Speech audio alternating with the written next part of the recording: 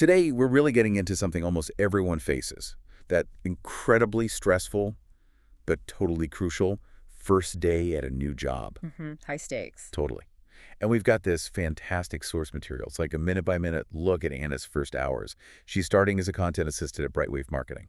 And Richard, the senior project manager, is guiding her. Exactly. So this isn't just a story, right? It feels more like a blueprint, maybe, for how to nail that onboarding. Yeah, and that's our mission today, isn't it? We're not just going to retell Anna's day. We need to dig deeper. Okay. Find those universal steps, the actions Richard suggests, and maybe even those subtle hints about the company culture.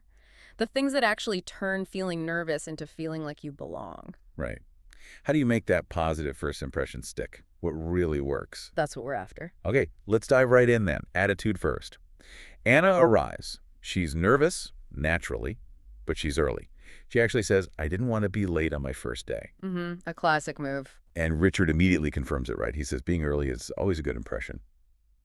But just being on time, that's just logistics, isn't it? The real battle is managing the nerves. Oh, absolutely. That's the core of it. And the source really validates how Anna feels. She's excited and nervous, almost panicking, she says. Yeah.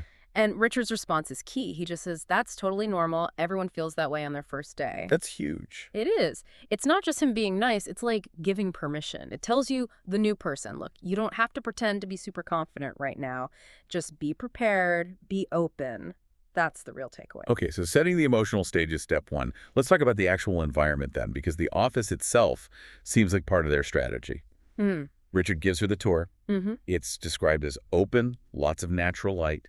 He even says that keeps the creativity flowing. Yeah, and we should look beyond just how it looks, right? Think about the choices they made, like the standing desks. Oh yeah, he mentions those. Yeah? Says Anna's back. Yeah. Thank you later.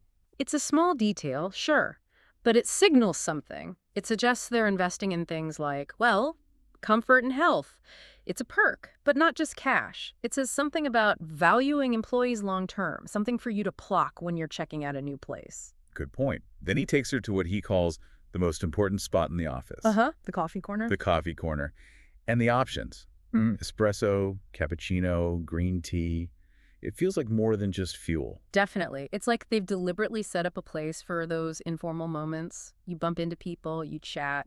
It institutionalizes those casual connections. And speaking of basics, the cafeteria sounds decent too. Salad bar, sandwiches, hot meals. Yeah. So you don't have that, oh God, what do I eat, anxiety. Right. Alleviates the fear of having to survive on snacks. But okay, physical stuff aside, the formal social side seems really interesting too. Yeah, I agree. Let's zoom in on that Friday team meeting. Every Friday, 10 a.m., they review projects, share updates, Celebrate small wins. and crucially, coffee and donuts are involved. That detail is brilliant. It makes feedback and recognition regular, low pressure, even enjoyable. Yeah. It's like a ritual that tells Anna, we talk often, small progress matters, and we actually connect as a team. It's a smart way to build safety and keep people engaged. That structure seems really intentional, Wow. which kind of leads us to the people structure, right? Yeah. The org chart. Who's Anna actually reporting to?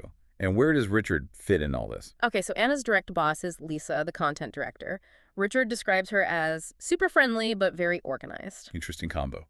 Yeah, it suggests maybe high standards, but deliver supportively. And Richard, our guide, is the senior project manager.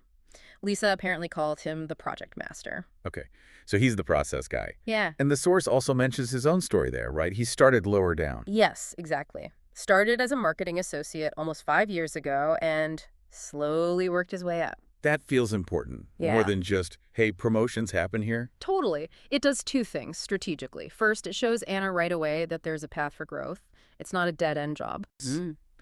Second, because Richard has been there, done that for 5 years, it makes his advice feel more credible, right? Yeah. He's not just reading from a script. He's a relatable mentor who knows the ropes. The lesson for you listening, find your Richard early. Okay, so culture, structure, mentorship, potential. Yep. It all sounds good. But, you can't just run on good vibes and coffee. What about the actual work? The immediate logistics Richard lays out. What's the plan for day one? Right, the pivot from welcome to work. First instruction, check your email now. Get those logins, find the onboarding schedule, standard stuff, but immediate. Yeah. Yeah.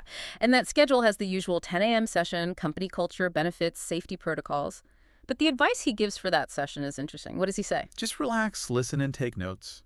Why emphasize that? Isn't that kind of obvious for an onboarding session? Well, yeah, but stating it explicitly manages expectations. He's essentially telling Anna, your job right now is to absorb information, not perform.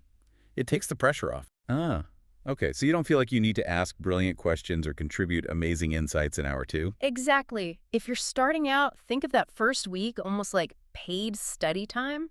Just build that internal knowledge base. And that idea seems baked into Lisa's plan for Anna's first tasks, too. This is where I thought Brightwave seemed pretty smart. Me too. The ramp-up is strategic.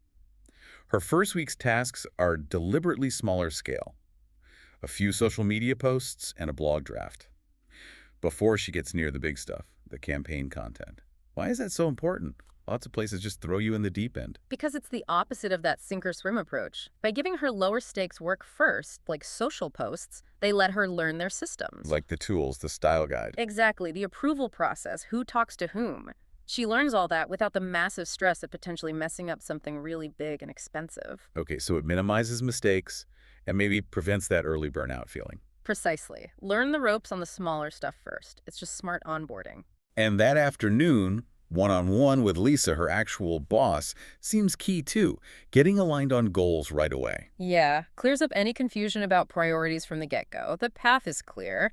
But, even with all this structure, Anna still has that classic worry. Names? Yep, she worries about remembering everyone, and Richard just reassures her, says it takes a week or two. He links it back to just interacting, right? Yeah.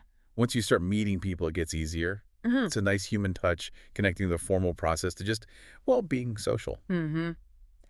Which brings us nicely to Richard's core survival tips. This is kind of the synthesis, right? The stuff he's learned over 5 years that anyone can use. This is probably the gold for listeners, yeah. His main advice is about mindset. Just be curious, ask questions, and don't be afraid to share ideas. So curiosity first, absolutely.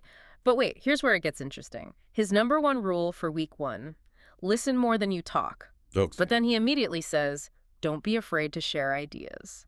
How do those two fit together? They sound kind of contradictory. Right? You can't just be a sponge for a whole week, can you? You'd look like you have nothing to offer. Exactly. The key must be the balance, Like maybe it's an 80-20 thing. 80% listening, observing, really trying to understand why they do things their way. Okay. And the 20% is sharing ideas, but only after you've listened enough. So your ideas are actually relevant to their context, their culture, their process.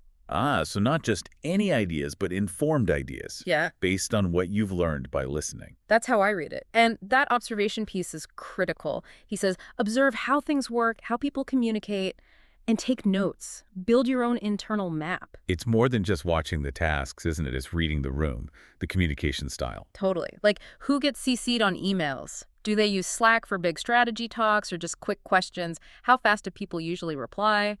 That stuff tells you how to engage effectively later on. And then, after all that high-level stuff, we get the super practical, slightly funny tip, the one everyone learns the hard way eventually. Go on. Richard's final warning.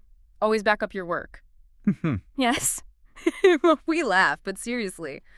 That one tip says so much about managing risk, about personal responsibility. You just know Richard lost something important once. Oh, for sure. And now he's passing on that painful wisdom.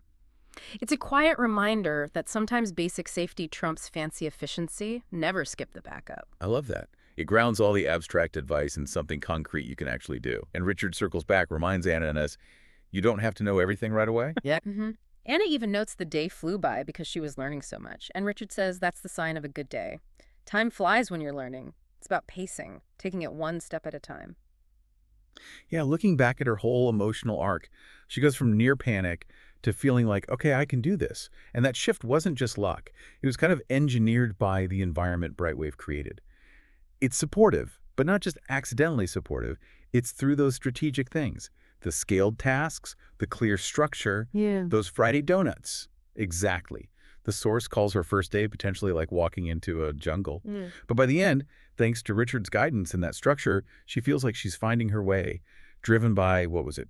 Curiosity, positivity, courage. And here's the really cool part, I think. Connecting it back to Richard himself. He admits he was completely lost on his first day. Right. But now he's the guide, the project master. The system he's now part of actually prevented Anna from feeling as lost as he did 5 years ago. That's progress. It really is. Which brings us to the final thought for you listening. If confidence isn't something you just have on day one, if it's really something you build one step at a time, what's the single most important step from Richard's advice that you can commit to, maybe starting tomorrow, to build your own foundation? Is it actively cultivating that curiosity he mentioned, asking those questions? Or is it the strategic observation, really watching how people communicate? Or maybe it's the super practical, never skip it step, always backing up your work. Think about it. Richard built his confidence through learning these things, probably the hard way sometimes. What's the one small, concrete action you can take consistently that starts shifting you from feeling lost or nervous? To feeling more intentional, more secure in what you're doing. That foundation starts that first step. Yeah. The one you make a habit. You've got the blueprint from Anna and Richard. Now go build that foundation.